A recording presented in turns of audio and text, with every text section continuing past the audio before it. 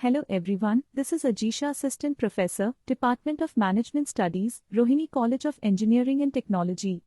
Today we will see a topic called objectives and how to set objectives. On completion, students will be able to explain the objectives, its nature and significance. Explain how objectives are set. Understand MBO management by objectives and the steps involved in MBO. Advantages and limitations of MBO. First, objectives may be defined as the goals which an organization tries to achieve. Objectives are described as the endpoints of planning. According to Coons and O'Donnell, an objective is a term commonly used to indicate the endpoint of a management program. Objectives are the keystone of management planning. It is the most important task of management. Now, after understanding the definition, let us now move on to the nature of objectives. I think by looking at the words you may be able to guess the characteristics on your own. So the first point is, objectives must be measurable. Secondly, objectives must be realistic.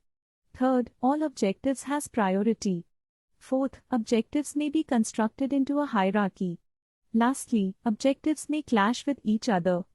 So, once we looked into the nature of planning, it is also essential to see the advantages of objectives.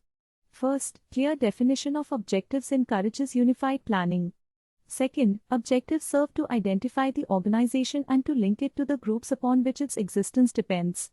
Third, when the work is goal-oriented, unproductive tasks can be avoided. Next, objectives provide motivation to people in the organization. Next, objectives act as a sound basis for developing administrative controls. Lastly, when there is objectives, there is coordination. We saw the definition of objectives, its nature and the significance. Now let us know how to set objectives. Objectives are the keystone of management planning. It is the most important task of management. Objectives are required to be set in every area which directly and vitally affects the survival and prosperity of the business. In the setting of objectives, the following points should be borne in mind. The overall objectives are required to be set by the organization in every area which directly and vitally affects the survival and prosperity of the business. The objectives to be set in various areas have to be identified. While setting the objectives, the past performance must be reviewed, since past performance indicates what the organization will be able to accomplish in future. The objectives should be set in realistic terms, i.e., the objectives to be set should be reasonable and capable of attainment and also state what is to be accomplished and when. Objectives must be set in clear-cut terms. It should promote personal growth and development. For the successful accomplishment of the objectives, there should be effective communication. This is how objectives must be set in an organization. Commonly abbreviated as SMART. As you can see, it must be specific, measurable, achievable, realistic and timed. Next we will see what is meant by management by objectives. MBO.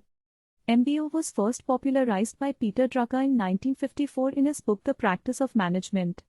It is a process of agreeing within an organization so that management and employees buy into the objectives and understand what they are.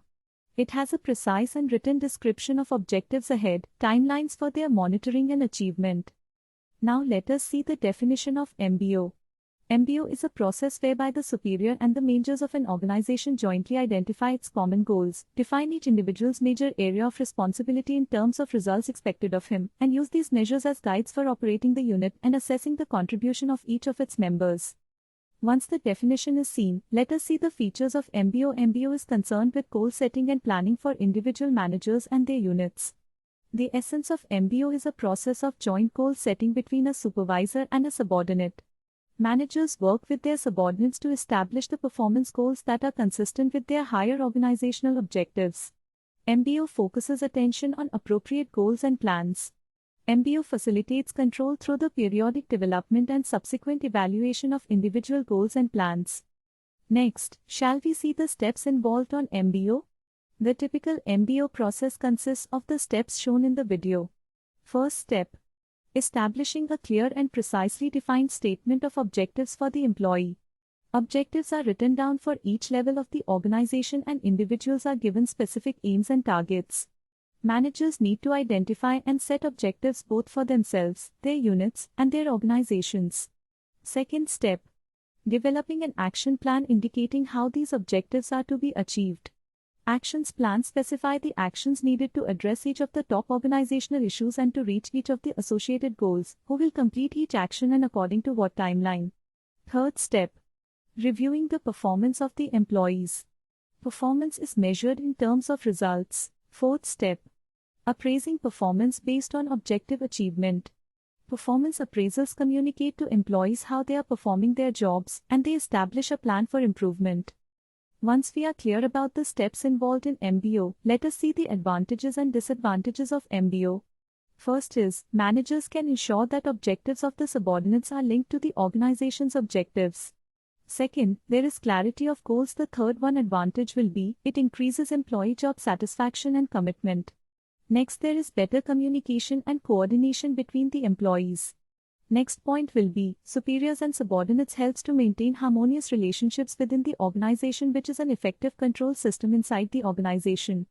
Also, it aids in faster decision making. There are few limitations too. First, it incurs time and cost.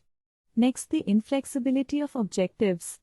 And also, as there is constant goal setting in every step, it causes frustration among the employees. So this is the overall content in objectives and setting objectives. I hope you students will now be able to explain the objectives, its nature and significance, explain how objectives are set, understand MBO and the steps involved in MBO, management by objectives, and also say the advantages and limitations of MBO. Hope this video benefits you. Thank you.